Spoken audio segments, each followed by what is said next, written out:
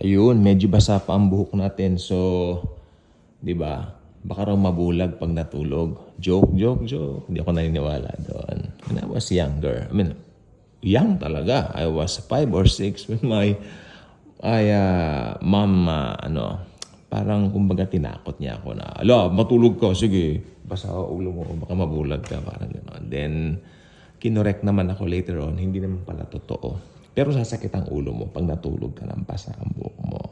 So, sabi ko, gamitin ko na lang itong pribileyo to record another vlog regarding, alam niyo maganda po ito. Siguro narinig niyo na po ito minsan, pero iba po yung revelation ngayon sa akin itong pagpaparami niya ng 5 loaves and 2 fish. Actually, ito po ay recorded sa lahat ng gospel. Sa 4 na gospels po, nandito ito. You know what? Significance po nito ay kapareho nung napako siya sa krus. Nasa 4 na gospels din. Kasi meron po ilang mga pangyayari sa buhay ng Panginoong Hesukristo na matatagpuan lang sa Mateo, meron matatagpuan lang sa Lucas, may matatagpuan lang kay Mark, at may matatagpuan kay John, di ba? Pero yung mga nai-record sa 4 na ebanghelyo, may sinasabi po talaga dito ang Panginoon para po sa atin. Ako naniniwala po talaga ako yung kapag may sinasabi ang Panginoon dito, punong-puno po ito ng revelation, hindi nauubos. No? Kasi talagang gusto niya ito yung makita ng mga tao kung sino talaga siya. Like for example, He died on the cross for us, namatay siya sa cross, tapos nabuhay magmuli. Gustong ipakita rito ng Panginoon sa atin na siya ang ating tagapagligtas at sa Kanya lang ang kaligtasan. O yun, sa cross. Ito naman, dito naman sa pagpaparami niya ng out of 5 loaves and 2 fish. Diba? Ano ang makikita natin, o should I say, ano ang gusto ni Lord na makita natin dito? Alam niyo kung ano po? Jesus is our provider. Actually, mas malalim po rito sa grace. Jesus Himself is our provision. When we have Jesus, we have everything. Ayun lang po ang gusto niya sabihin dito. Ang lalim nito, ang ganda po nito, at hindi siya nakakasawang. Actually, pag ito po ang topic namin dati sa Bible study namin, ginagabi po talaga kami, inuumaga kami dito. Sapagkat ang daming revelations na ang sarap paging Kristiyano, di ba? Kapag pinag-uusapan natin ng Word of God. Marami siyang gustong sabihin sa bawat isa sa amin. So, talagang nag-share po kami rito. Okay, umpisa na po natin. Ang tinapay po ay kumakatawan po kumakatawan sa kanyang body. Alam naman po natin yun, no? Ang body niya ay nalatayan, nasugatan, binugbog, at ipinako sa cross. Diba? Jesus is the bread of life. Yung fish, nakakita na ba kayo, di ba, ang isa sa mga symbols ni Christ, fish. Anong sinisignify nito? Sinisignify nito yung pag-provide niya sa mga tao ng pagkain spiritual. Okay. Both, wag niyo ikalito yan. Both spiritual and literal na katawan natin, papakainin niya yan. Di ba? Hindi naman siya hindi naman siya nagpo-focus lang sa spiritual lang. Papakainin din niya yung mga katawan natin. Siyempre, kailangan din natin Kaya, si Jesus, pag nasa iyo siya, kumpleto ka na. Okay? So, ako, gusto kong sabihin po sa inyo, out of nothing, Jesus can create many things. Diba? Tingnan nyo. Pero dito, meron kasing limang tinapay 5 loaves and 2 fish. Doon naman gusto niyang ipakita roon na kung ano yung meron na tayo, out of that, lalago. Hindi po ba? Lalago. Like for example, yung mga bagay na mahahawakan ng mga kamay natin dahil si Jesus ay nasa atin. Dahil pinagpala na tayo. Tandaan po sana ninyo mabuti, if you are a Christian, hindi ka pagpapalain ng Diyos. Why?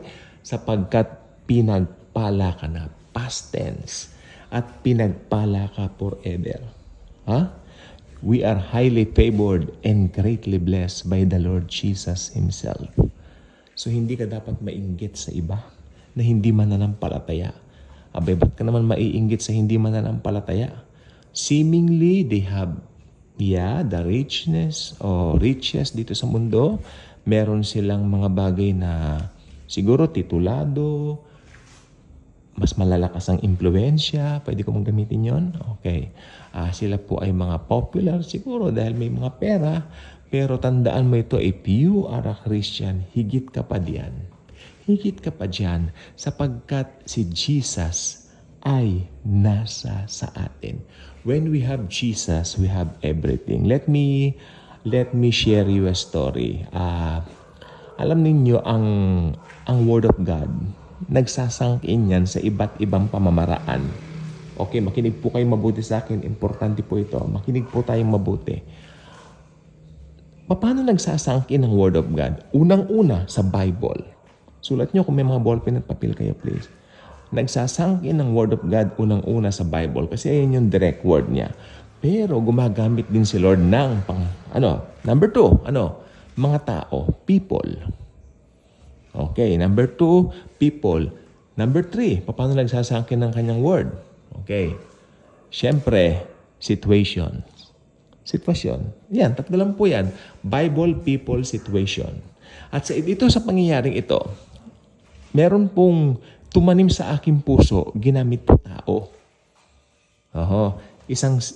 Isang kumbaga parang tiyahin na namin sa pananampalataya ito. Tita ang tawag namin sa kanya.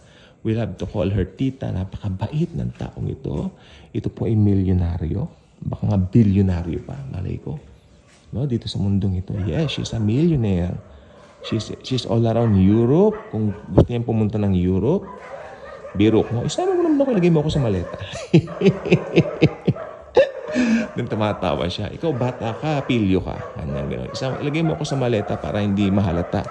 Oy, yung aso pong yun sa kapitbahay yan, ha? Huwag kayo magagalit sa akin, no? Sa kapitbahay po namin yan, hindi po sa amin. Mga aso namin ngayon behave na. Tulog na yung iba. Okay, so, saan na po ba tayo? Yun, mayaman po yun. Yung sister na yan sa Panginoon. At isang araw, nagkaroon kami ng Bible study. Anong araw? Night pala yun. Ang Bible study namin, nag-i-start kami ng 7, tapos kami ng 9:30, supposed to be. Pero minsan, nasarapan ng kwentuhan, uwi kami alas 12. Mga 11:30, alas 12, ganyan. Masarap mag-Bible study. Kala nyo ba? So, ayan, nangyari. So, may Bible study kami one time. Kaya sabi ko, tawang ginamit. Itong taong ito, we love to call her tita, no? Sister in the Lord. Sabi niya ganon. Na-realize ko, sabi niya, when we have Jesus, we have everything. Ewan ko, pero parang nung sinabi niya yun, parang sandali lang ako. Parang binulay-bulay ko talaga. I have the Lord Jesus Christ. I have everything. I truly have everything. So, ang tanong ko sa inyo, kung nasa sa atin na ang lahat, dapat ba tayong mainggit sa mga hindi mananampalataya? Hindi. Dapat natin pa nga silang sharean ng meron tayo. Ayaw naman ni Jesus na solohin natin, di ba? We need to share the good news sa kanila. Dahil ang Panginoong Jesucristo, sabi niya, pumarito ako sa mundo upang hanapin ang mga nawawala. Di ba? Iniwan nga niya yung 99 na tupa para hanapin yung nag-iisang tupa na naligaw ng landas. Ganyan po ang Panginoong Jesucristo. Ganyan ang kanyang puso. So, tayo rin po dapat ganyan ang puso natin when it comes to sharing. Okay? Yung mga mahiyaman na yan, mga milyonaryo yan, karamihan dyan, unbeliever, kailangan nila si Jesus. At tandaan nyo, pag naging believer ang mga yan, hindi po madamot ang mga yan dahil babaguhin ni Christ ang puso nila. Magiging mapagbigay po sila sa gawain ng Lord. Ganun po yan. Okay? So maganda po maging believer, maganda mag-Bible study. Naalala ko lang po talaga. Especially kahapon yung mga kasama namin sa Bible study. Nalulungkot po kasi, namimiss ko po talaga sila. Okay? At yan. Yun. Pero siyempre, iba't ibang panahon talaga. Di ba? Ganyan po talaga. So, yan. Gusto ko pong sabihin po sa atin, when we have Jesus, we have everything. Kompleto po tayo. We are complete because of Jesus. Kompleto ka, sabi mo sa sarili mo. Yes, that's because of Jesus. God bless.